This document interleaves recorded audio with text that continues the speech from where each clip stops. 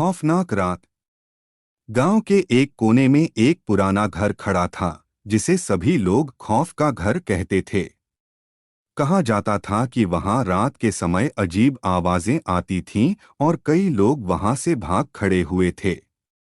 लेकिन एक रात चार दोस्त राज, सीमा, मोहन और राधिका ने तय किया कि वे इस घर में रात बिताएंगे।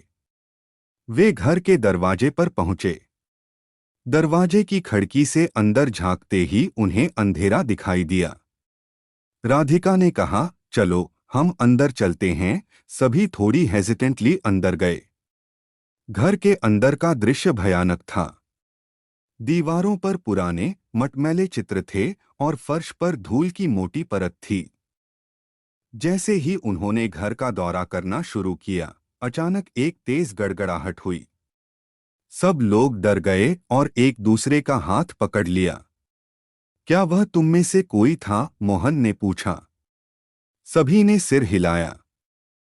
फिर सीमा ने चुटकी बजाई, चलो हमें डरना नहीं चाहिए, यह सब बस अफवाहें हैं। लेकिन जैसे ही उन्होंने आगे बढ़ने का फैसला किया, अचानक एक आवाज सुनाई दी, भूत भूत। सभी का दिल तेजी से धड़कने लगा। राज ने कहा, शायद हमें वापस जाना चाहिए। लेकिन तभी दरवाजे का एक पंखा जोर से बंद हो गया। सभी ने चौंक कर देखा। अंधेरे में उन्होंने एक आकृति देखी जो धीरे धीरे उनकी ओर बढ़ रही थी। राधिका ने डरते हुए कहा, क्या यह सच में भूत है? आकृति धीरे धीरे उनके पास पहुंची और एक पुरानी और भयानक आवाज में बोली, यहां से चले जाओ, नहीं तो तुम्हारा क्या होगा।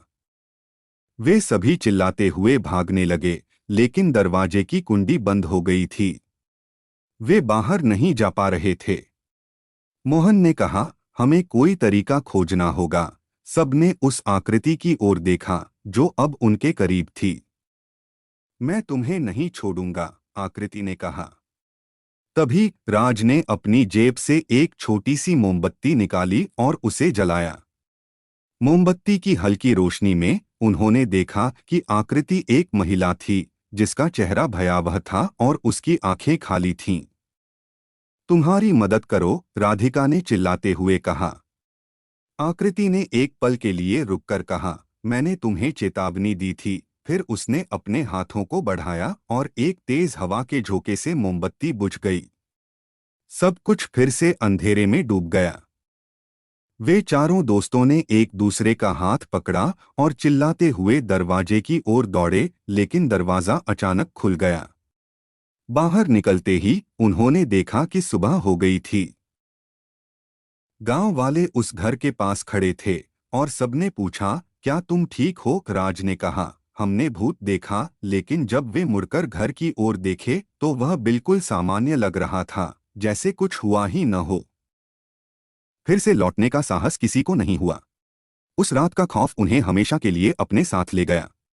और गांव वाले अब भी उस घर के बारे में बातें करते थे, लेकिन राज और उसके दोस्तों के लिए वह घर हमेशा के लिए एक खौफनाक रात की याद बन गया।